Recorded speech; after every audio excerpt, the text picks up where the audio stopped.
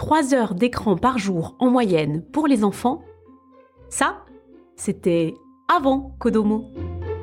Kodomo, le podcast pour les enfants. Kodomo, écoutez nos histoires.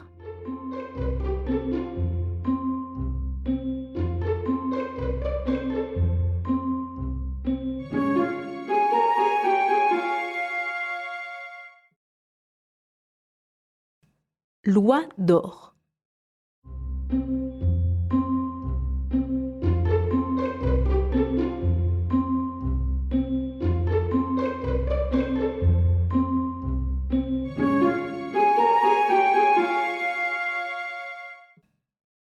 Il était une fois un homme qui avait 3 fils.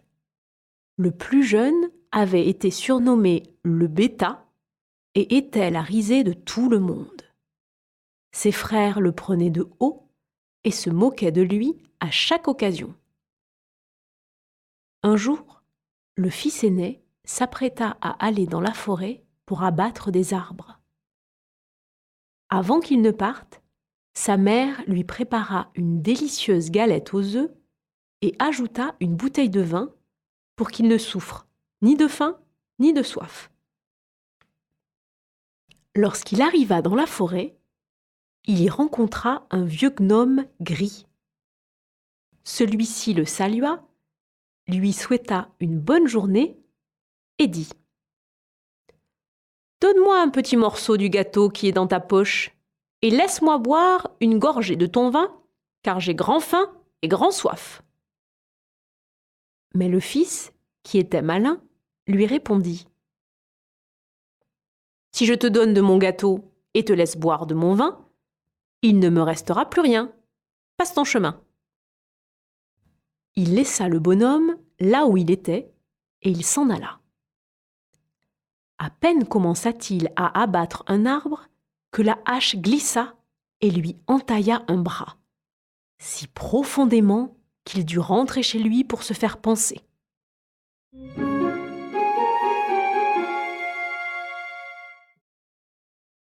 Ce qui était arrivé n'était pas le fait du hasard. C'était l'œuvre du petit homme.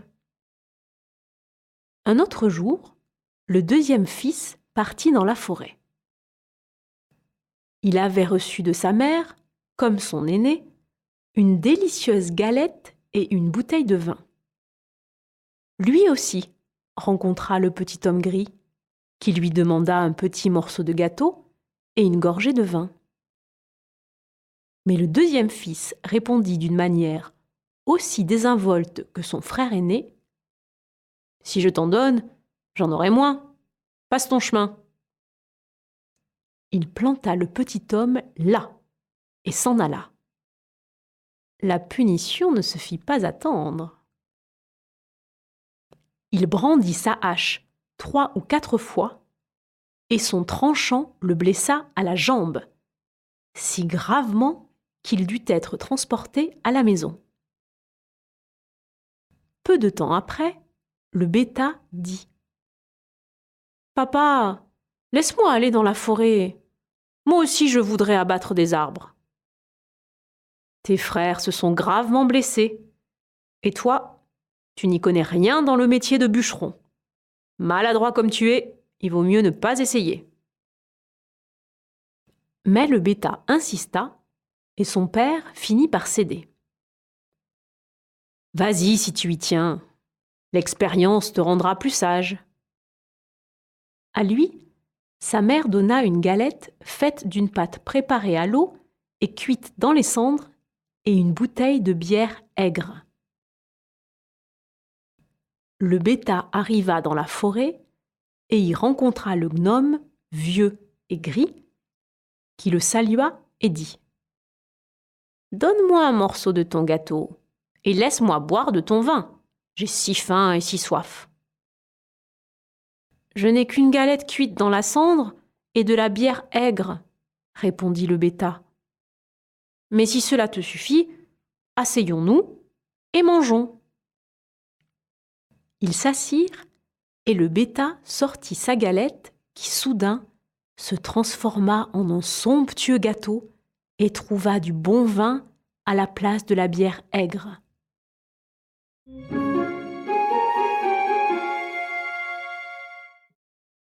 Ils mangèrent et burent, et quand le repas fut fini, le vieux bonhomme dit : « Tu as bon cœur et tu aimes partager avec les autres. C'est pourquoi je vais te faire un cadeau. Regarde le vieil arbre là-bas. Si tu l'abats, tu trouveras quelque chose dans ses racines. » Le bêta s'approcha de l'arbre et l'abattit. L'arbre tomba et le bêta aperçut entre ses racines une oie aux plumes d'or. Il la sortit, la prit et alla dans une auberge pour y passer la nuit. L'aubergiste avait 3 filles. Celles-ci, en apercevant l'oie, furent intriguées par cet oiseau étrange. Elles auraient bien voulu avoir une des plumes d'or. « Je trouverais bien une occasion de lui en arracher une, » pensa la fille aînée.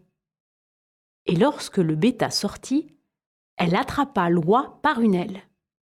Mais sa main resta collée à l'aile et il lui fut impossible de la détacher. La deuxième fille arriva, car elle aussi voulait avoir une plume d'or. Mais dès qu'elle eut touché sa sœur, elle resta collée à elle. La troisième fille arriva avec la même idée en tête. « Ne viens pas ici, que Dieu t'en garde, arrête-toi !» crièrent ses sœurs. Mais la benjamine ne comprenait pas pourquoi elle ne devrait pas approcher. Et elle se dit : « Si elles ont pu s'en approcher, pourquoi je ne pourrais pas en faire autant ?» Elle s'avança, et dès qu'elle eut touché sa sœur, elle resta collée à elle. Toutes les 3 furent donc obligées de passer la nuit en compagnie de l'oie. Le lendemain matin, le bêta prit son oie dans les bras et s'en alla, sans se soucier des 3 filles qui y étaient collées.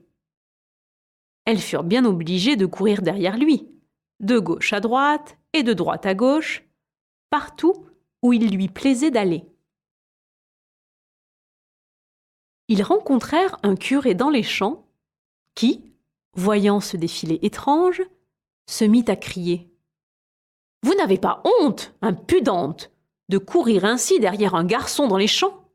Croyez-vous que c'est convenable ?» Et il attrapa la benjamine par la main, voulant la séparer des autres, mais dès qu'il la toucha, il se colla à son tour et fut obligé de galoper derrière les autres.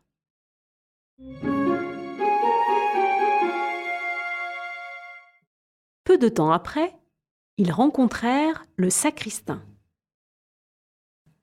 Celui-ci fut surpris de voir le curé courir derrière les filles et cria : « Dites donc, monsieur le curé, où courez-vous ainsi ? Nous avons encore un baptême aujourd'hui, ne l'oubliez pas. » Il s'approcha de lui et le prit par la manche et il ne put plus se détacher. Tous les 5 couraient ainsi, les uns derrière les autres, lorsqu'ils rencontrèrent 2 paysans avec des bêches qui rentraient des champs. Le curé les appela au secours, leur demandant de les détacher, lui et le sacristain. Mais à peine eurent-ils touché le sacristain que les 2 paysans furent collés à leur tour. Ils étaient maintenant 7 à courir derrière le bêta avec son oie dans les bras. Ils arrivèrent dans une ville où régnait un roi qui avait une fille unique si triste que personne n'avait jamais réussi à lui arracher un sourire. Le roi proclama donc qu'il donnerait sa fille à celui qui réussirait à la faire rire. Le bêta la prit et aussitôt il se dirigea vers le palais avec son oie et toute sa suite. Dès que la princesse aperçut ce défilé étrange, les uns courant derrière les autres, elle se mit à rire tant qu'elle ne pouvait plus s'arrêter. Le bêta réclama aussitôt le mariage, mais le roi n'avait pas envie d'un tel gendre. Il tergiversait et faisait des manières pour déclarer finalement que le bêta devait d'abord trouver un homme qui serait capable de boire une cave pleine de vin. Le bêta pensa que le petit bonhomme gris serait certainement de bons conseils et consentirait peut-être à l'aider. Et il partit dans la forêt. À l'endroit précis où se trouvait l'arbre abattu par le bêta, était assis un homme au visage triste. Le bêta lui demanda ce qu'il avait. « J'ai grand soif, » répondit l'homme, « et je n'arrive pas à l'étancher. Je ne supporte pas l'eau. J'ai bu, il est vrai, un fût entier de vin, mais c'est comme si on faisait tomber une goutte sur une pierre chauffée à blanc. »« Je peux t'aider, » dit le bêta. « Viens avec moi, tu verras, tu auras de quoi boire. » Il le conduisit dans la cave du roi. L'homme commença à boire le vin, et il but, jusqu'à en avoir mal au ventre. À la fin de la journée, il avait tout bu. Le bêta réclama de nouveau le mariage, mais le roi biaisait encore. Comment un tel simplet, un tel dadais, comme d'ailleurs même son nom l'indiquait, pourrait-il devenir le gendre d'un roi? Il inventa donc une nouvelle épreuve.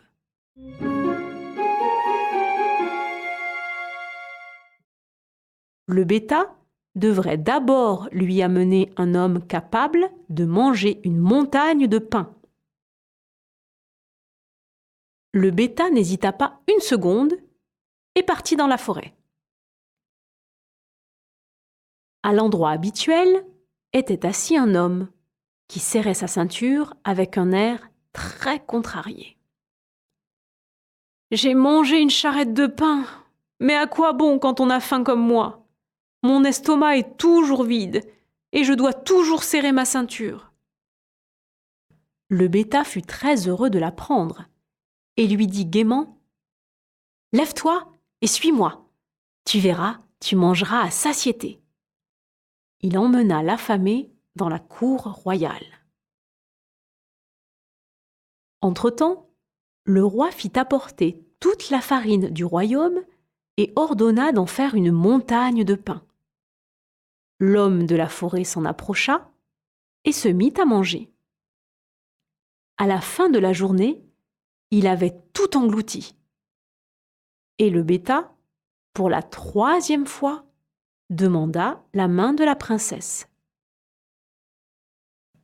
Mais le roi se déroba encore en demandant à son futur gendre de trouver un bateau qui saurait aussi bien se déplacer sur l'eau que sur la terre. « Dès que tu me l'amèneras, le mariage aura lieu. » Le bêta repartit dans la forêt, et là était assis le vieux gnome gris qui dit « J'ai bu pour toi, j'ai mangé pour toi, et maintenant je vais te procurer ce bateau. Tout cela parce que tu as été charitable avec moi. » Et en effet, il lui donna ce bateau qui naviguait aussi bien sur l'eau que sur la terre, et le roi ne put plus lui refuser la main de sa fille. Le mariage fut célébré, et après la mort du roi, le bêta hérita du royaume et vécut très heureux avec sa femme. Kodomo, le plaisir d'écouter.